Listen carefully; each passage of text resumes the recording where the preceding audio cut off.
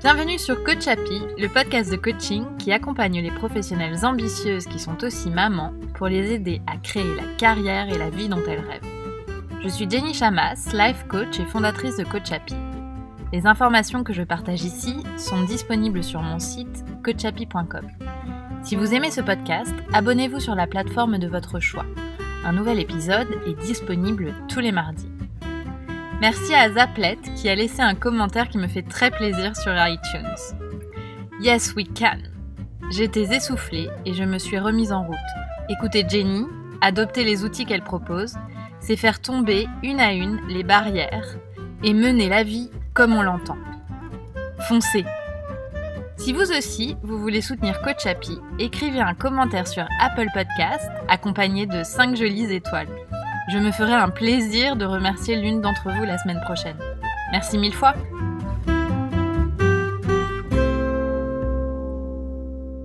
Cette semaine, j'ai envie de vous parler d'ambition professionnelle. C'est un sujet parfois gênant pour les mamans. Est-ce que vous voyez souvent des mamans crier haut et fort qu'elles ont beaucoup d'ambition professionnelle ? Moi, pas vraiment. Et en fait, c'est souvent parce qu'elles se cachent pour ne pas attirer les foudres, ou alors qu'elles pensent que c'est mal d'être ambitieuse car ça fait d'elles de mauvaises mères, ou tout simplement que l'ambition ne les intéresse pas. Alors quand j'entends parler des mamans ambitieuses professionnellement, j'ouvre grand les oreilles car ça m'inspire. Je pense par exemple à Sheryl Sandberg, qui travaille chez Facebook, qui a témoigné dans son ouvrage Lean In, En avant toute, qui a été vendu à des millions d'exemplaires. Je pense aussi à Mercedes Erra, dont j'ai entendu le témoignage sur le podcast Génération XX, que je vous conseille à toutes. Mercedes a fondé l'agence de pub BETC, et son interview était très inspirante. Alors, qu'est-ce que l'ambition ? La définition de l'ambition que j'ai trouvée sur le Larousse est le désir ardent de parvenir à faire quelque chose. Donc, l'ambition, c'est un désir, un souhait. Mais c'est aussi un terme qui a une connotation négative, car sa seconde définition, le petit numéro 2 du Larousse, se réfère au désir ardent de gloire, d'honneur et de réussite sociale. Or, en France, ce désir-là n'est pas toujours bien perçu. On identifie une personne ambitieuse à quelqu'un prêt à tout pour réussir, même si cela doit passer par écraser les autres. Alors, quand ce terme caractérise une femme, et si on lui ajoute en plus l'étiquette maman, alors là, c'est la cata. On devient une femme imbue de pouvoir, sans empathie, voire inhumaine, et alors, sans compter, une mauvaise mère. Eh bien aujourd'hui, j'ai envie de vous parler de l'ambition comme d'un beau mot plutôt qu'un gros mot. Désacralisons ensemble la froideur de l'ambition pour lui redonner pleinement son sens. Si on en revient à la définition première, l'ambition professionnelle, c'est le désir ardent de parvenir à la réalisation de soi professionnellement. Et la réalisation de soi peut revêtir bien des réalités différentes. On pourrait en nommer de nombreuses. C'est par exemple devenir patronne. Ou alors, c'est faire ce qu'on aime. C'est gagner beaucoup d'argent. C'est travailler moins, mais mieux. C'est faire ce que tout le monde croyait impossible. C'est dépasser nos limites. C'est trouver l'équilibre qui nous correspond entre un boulot qu'on kiffe et notre vie personnelle. C'est monter sa boîte. C'est développer une start-up. C'est être salarié d'une grande entreprise. C'est diriger une entreprise. C'est avoir un travail qui a du sens. C'est développer une équipe. C'est gagner sa vie en toute indépendance. Bref, vous voyez, tout dépend du sens qu'on a envie de lui donner. Tout dépend de ce qu'on a envie d'en penser. Alors si l'ambition correspond à la réalisation de soi, pourquoi devrait-on la voir de façon négative ? Pourquoi se réaliser professionnellement serait-il incompatible avec la féminité, l'humanité, l'empathie ? Pourquoi cela serait incompatible avec la maternité ? N'est-ce pas plutôt le contraire ? De mon point de vue, l'ambition est un atout pour une vie délibérée. Je pense sincèrement que l'ambition professionnelle, pour quelqu'un qui a besoin ou qui souhaite travailler, est une des clés pour vivre sa vie pleinement. Parce que cela veut dire qu'on vit sa vie avec la volonté de se réaliser professionnellement, quelle que soit cette réalisation. On a un ou plusieurs objectifs qui ont du sens pour nous. Et comme on passe une bonne partie de son temps au travail, il est toujours préférable d'y voir une utilité. Pourtant, l'ambition professionnelle est parfois secouée par la maternité. Avez-vous remarqué qu'au retour de congé maternité, les doutes et les interrogations fusent ?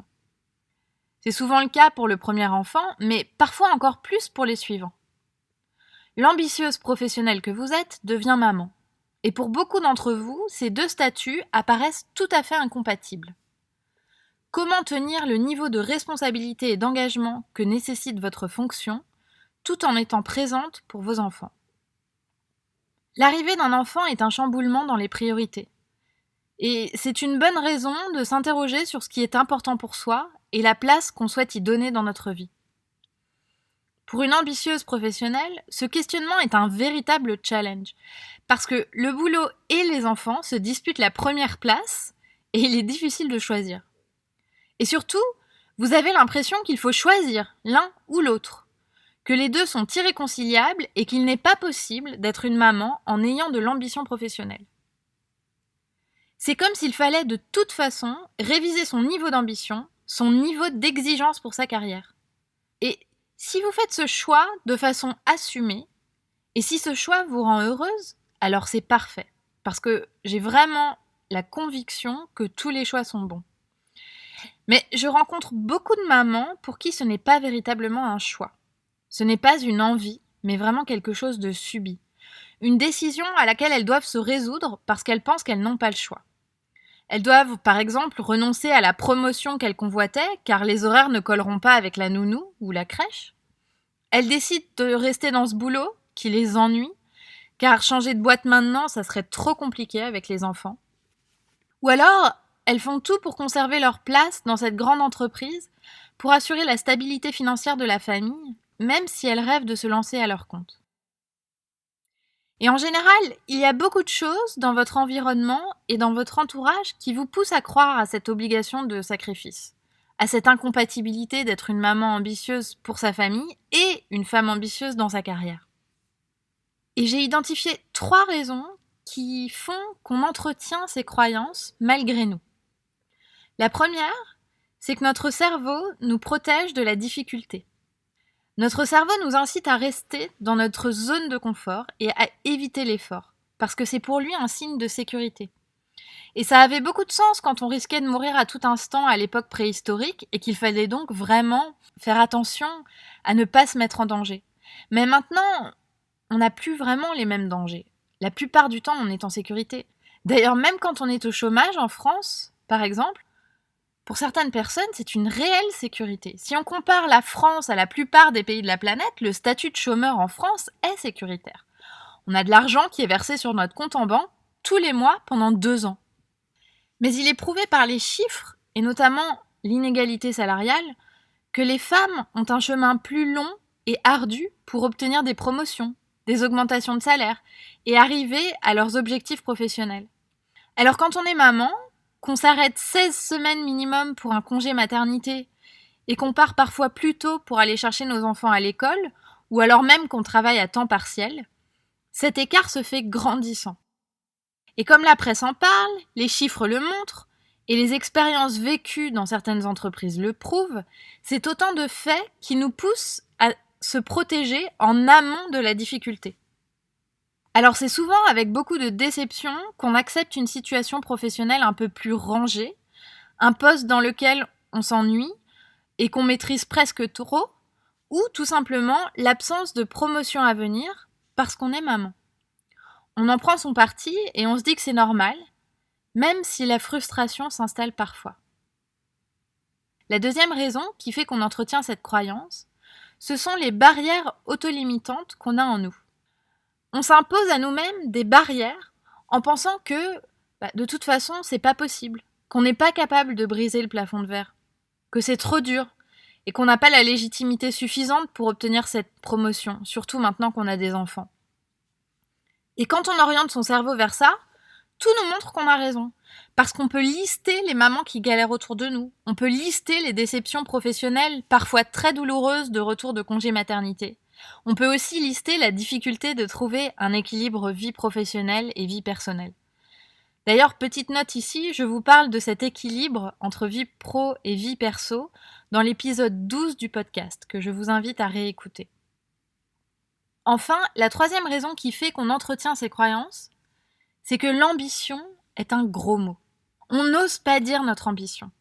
Comme c'est un terme qui est souvent perçu négativement par nos pairs et par nous-mêmes, parce qu'une femme ambitieuse a obligatoirement les dents qui rayent le parquet, alors qu'un homme ambitieux est souvent brillant. En fait, on se sent tellement loin de cette image qu'on cache nos désirs véritables, sans oser les dire. En réalité, tout ce que je viens de vous exposer, ce sont surtout des pensées. Les chiffres et les retours concrets des employeurs sont des faits. Et ce sont des faits tout à fait neutres jusqu'à ce qu'on les interprète. Et là, je vous renvoie au modèle de Brooke dont je vous parle dans l'épisode 4. Tout le reste, toutes les petites phrases qui tournent en boucle dans notre esprit, sont des pensées. C'est notre interprétation personnelle des chiffres, de ce qu'on nous dit, des expériences que l'on vit et qui sont hors de notre contrôle. Ce sont finalement en partie nos pensées qui rendent incompatibles ambition professionnelle et maternité. Les pensées qui nous montrent que c'est impossible de concilier les deux. Les pensées qu'on a au sujet de l'ambition et la façon dont on la définit, et les pensées qu'on a au sujet de ce que devrait être la maternité. Mais les pensées, je vous le rappelle, sont toujours optionnelles. Alors si vous vous sentez perdu au milieu de cette dualité entre maternité et ambition professionnelle, si vous avez l'impression d'avoir rendu les armes à contre-cœur en ce qui concerne votre carrière, si vous ne vous sentez pas au clair dans votre vie de maman active et ambitieuse, je vous propose d'explorer vos pensées. Il n'y a pas de règles et on a le choix de rêver ce qu'on veut pour notre vie. En revanche, la façon dont on approche le problème est déterminante pour rendre nos rêves réalité. Alors si vous avez envie d'inverser la balance et de changer les chiffres, il ne tient qu'à vous de croire que c'est possible. Y croire, c'est se donner la possibilité que ça se produise. Ne vous arrêtez pas à la question « comment je vais faire ?» De toute façon, c'est impossible. Finalement, le « comment » importe peu pour le moment. Demandez-vous plutôt de quoi avez-vous profondément envie. Qu'est-ce qui donnerait du sens à votre vie? Qu'est-ce qui pour vous est véritablement important? Peut-être qu'il y a plusieurs choses qui sont importantes. Et peut-être qu'en fait vous vous trompez, qu'il est possible de concilier les deux. La question du comment viendra ensuite. C'est une étape suivante. Cette semaine, voici l'exercice que je vous propose si vous vous sentez concerné par ce sujet. Prenez un carnet et un crayon et posez-vous les questions suivantes. 1. Qu'est-ce que pour vous l'ambition et la réussite? Quelle est la définition que vous souhaitez leur donner dans votre vie? 2. Est-ce que ce sont votre entreprise, votre entourage et la société qui vous bloquent dans la réalisation de vos ambitions professionnelles? Ou alors est-ce que c'est le crédit que vous leur donnez au détriment de votre propre opinion et de vos désirs profonds? 3. À quel point avez-vous essayé de dépasser ce challenge de l'incompatibilité entre ambition professionnelle et maternité? Quand et comment avez-vous essayé? Et avez-vous insisté? 4. Êtes-vous prête à emprunter un chemin différent que celui que vous aviez imaginé si c'est nécessaire à l'atteinte de vos ambitions? Ça pourrait être par exemple un autre état d'esprit en restant dans le même job, un autre service, une autre entreprise, un autre poste, un autre statut. Si vous n'avez pas eu le temps de noter, si vous écoutez Coach Happy dans votre voiture ou dans le métro, et que vous souhaitez y revenir à ces questions, que vous avez vraiment envie d'y réfléchir, sachez qu'elles seront accessibles sur la page du podcast sur coachhappy.com. Vous aimez le podcast? Vous avez envie d'encore plus d'outils de coaching et de bonne humeur? Inscrivez-vous à la newsletter de Coach Happy. Je vous envoie peu de mails, mais prends soin de créer du contenu de qualité. Pour vous inscrire, rendez-vous sur mon site www.coachhappy.com. Bonne semaine!